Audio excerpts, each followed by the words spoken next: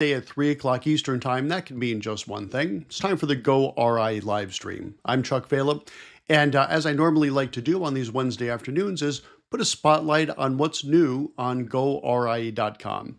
And what we have new for you this week is a podcast that I recorded just a couple of weeks ago with Jeff Schwantz, who's the Chief Revenue Officer over at Advisor360.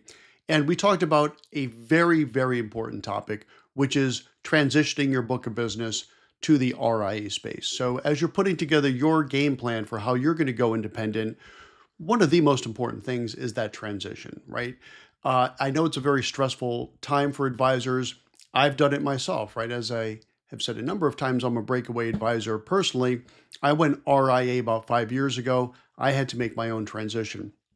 And we're going to talk about with Jeff, and I'm going to share with you in just a moment a little preview clip, but the full version is up on the website right now.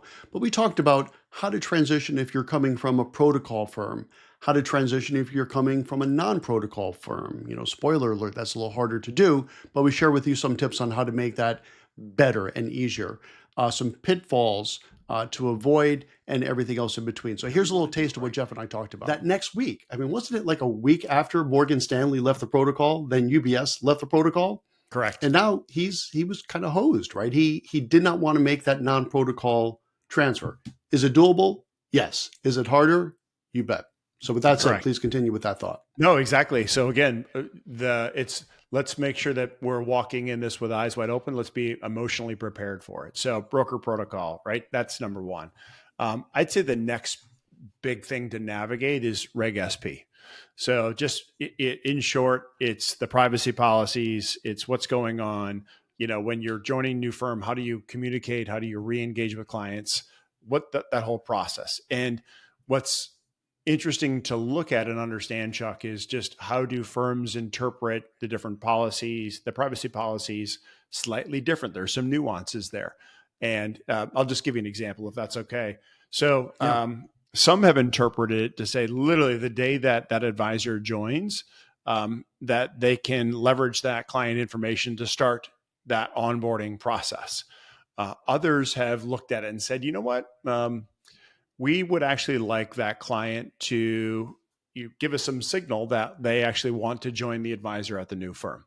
So there's just a couple of things of like, hey, what's the posture of the organization that you're joining? What do they normally do? All of kind of these are the elements that we think are important, and part of that due diligence is just like, hey, walk me through how you think about it, right? What do you do? What's your interpretation of that? There's a lot around Reg SP.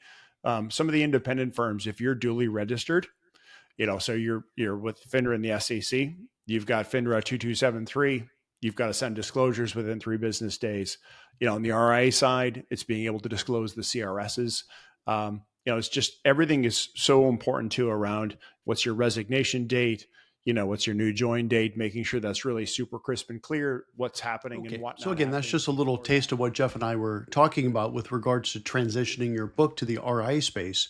And to be sure, this is going to be one of those episodes you're going to want to have pen and paper handy, because there's a lot of really specific actionable items that we cover that you're really going to want to keep in mind to give yourself the best possible transition, the safest one, the one with the least amount of hassle and disruption to your business. So this really is a great episode to listen to, especially if you're pretty close to pulling that trigger.